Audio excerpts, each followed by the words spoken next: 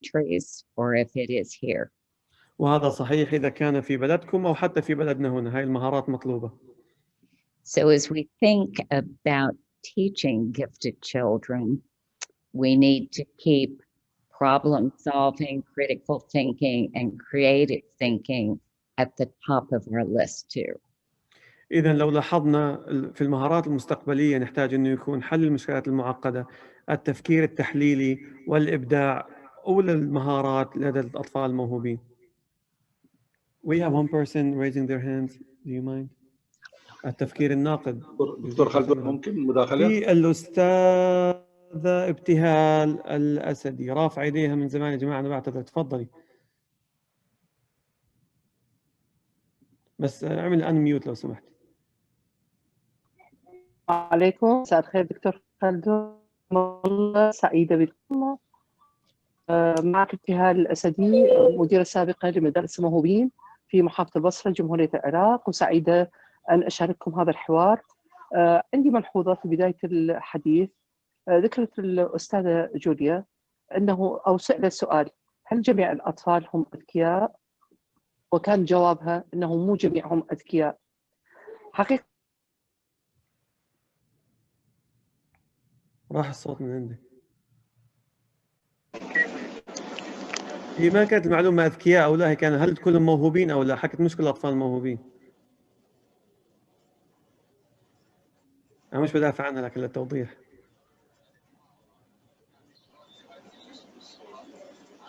معنا أخت ابتهال. أخت ابتهال راح. معنا الأستاذ عبد الرحمن الحارثي، تفضل. السلام عليكم ورحمة الله. وعليكم السلام ورحمة الله وبركاته. عبد الرحمن الحارثي من السعودية. نرحب بضيفتكم الكريمة ونشكركم على هذه الاستضافة. لدي استفسار الآن بالنسبة للاستراتيجيات اللي نلحظها في تدريب وتعليم الموهوبين.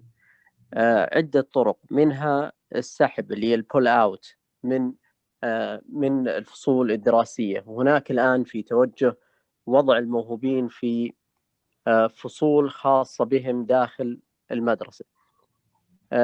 من الأمور أيضا الحديثة الموجودة عندنا اللي هو مدارس خاصة بهم، تكون مدارس منفصلة تماما. إذن هي ثلاثة أمور الآن موجودة أو استراتيجيات. أنا أحب أني أعرف الآن رأي الدكتورة في هذه الطرق، وأيهم هل هناك مثلا توجه الترند الآن، هل هناك أمر جديد في هذا الأمر أو تقييم لهذه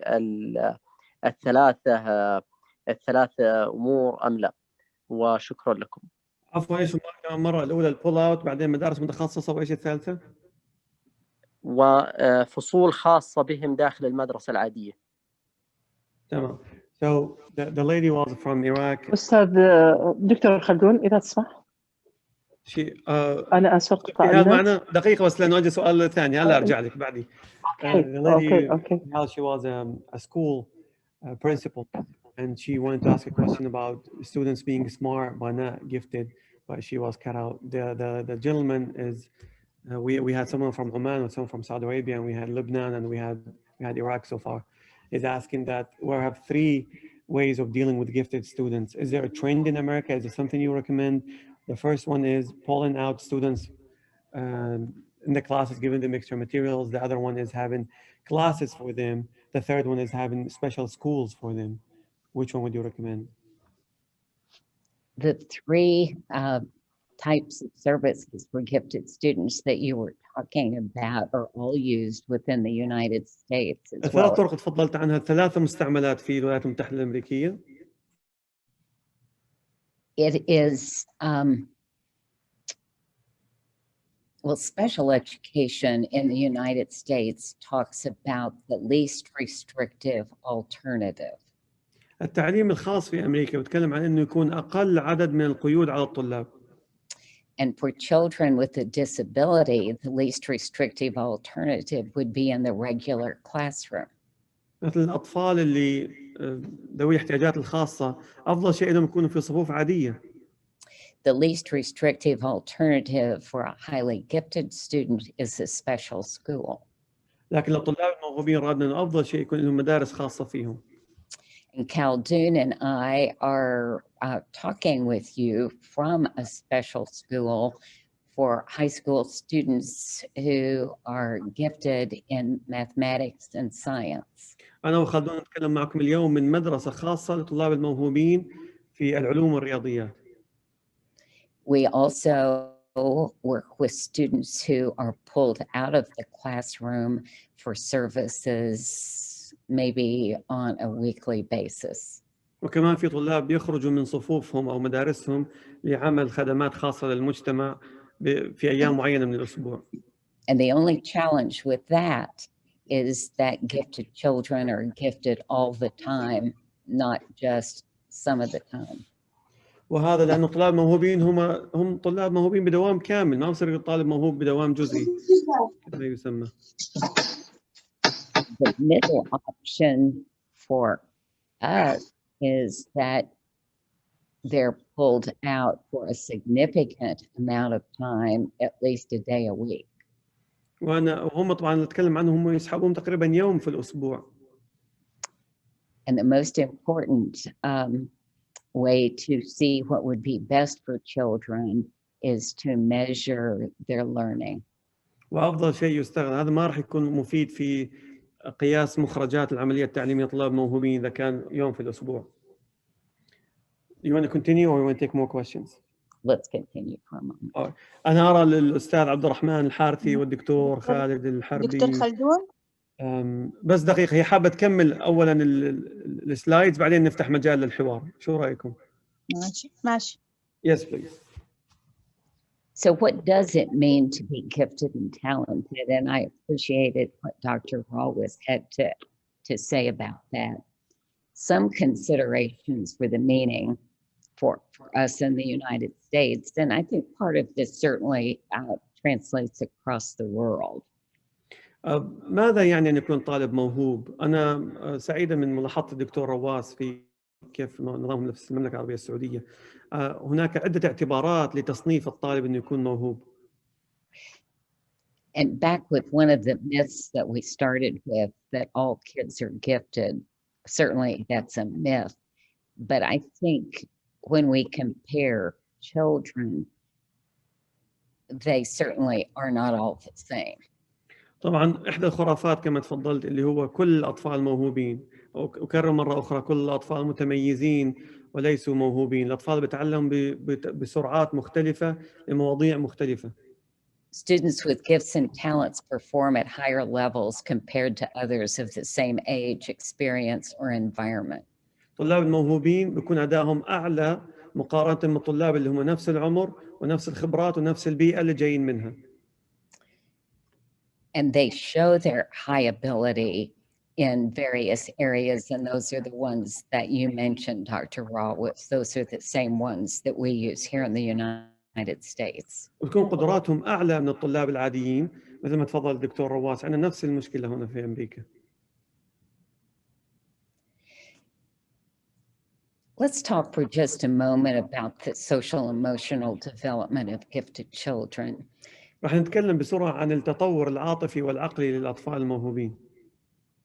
A little more than 10 years ago, Dr. Del Seekley was president of the National Association for Gifted Children and developed the Bill of Rights.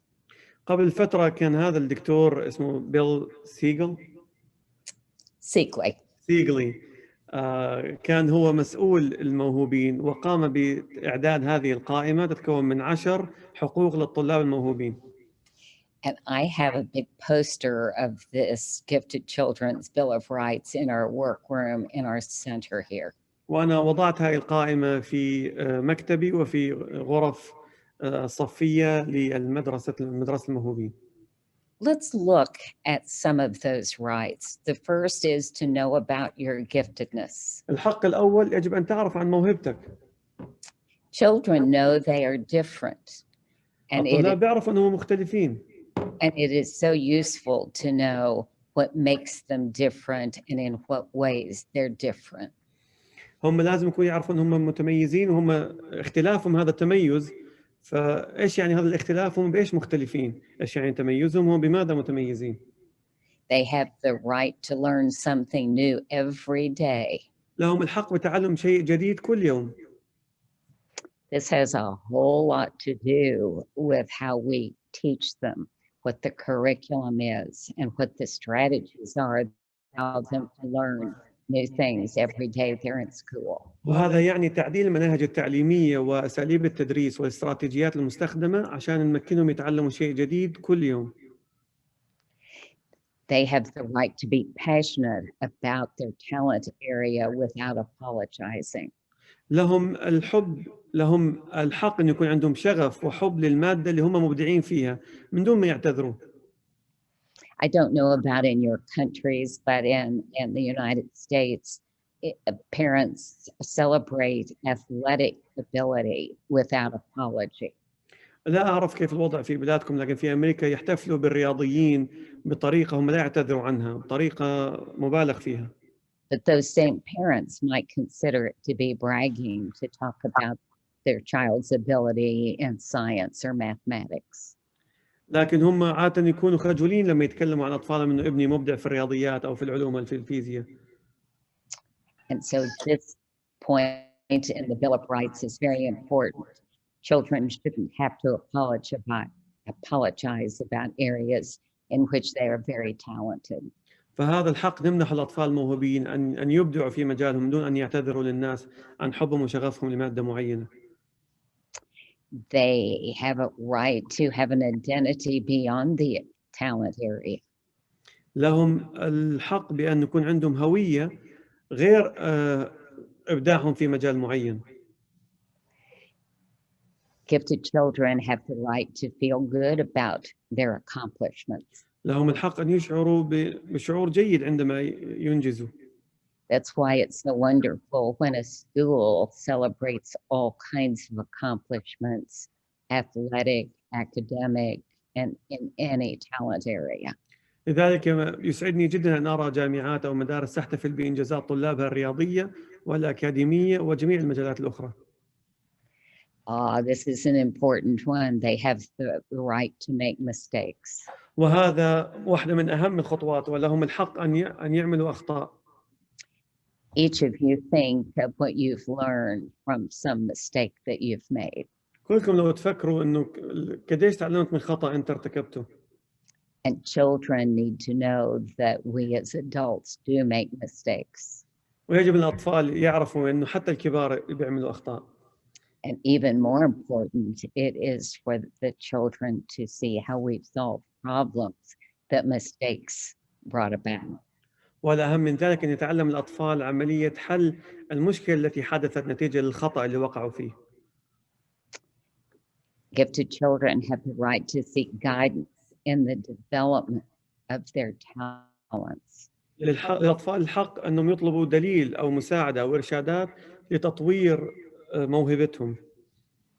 I mentioned to you that we're in a residential school for math and science.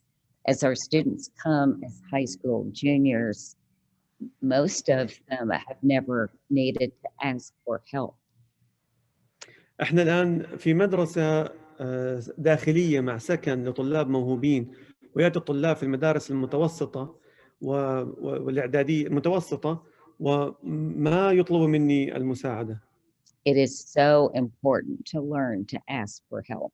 فاحنا نحاول نعلمهم كيف تطلب المساعدة. They have the right to have multiple peer groups and a variety of friends. لهم الحق بأن يكون عندهم مجموعات مختلفة وأصدقاء مختلفين. Gifted children have age mates and they have idea mates. Sorry, would you say that again? Gifted children have age mates and they have idea mates. الأطفال بيكون عندهم أصدقاء حسب الأعمار عمرهم وأصدقاء حسب الأفكار. It is so important for them to have the opportunity to learn with idea mates, those who are thinking about similar things to what they're thinking about.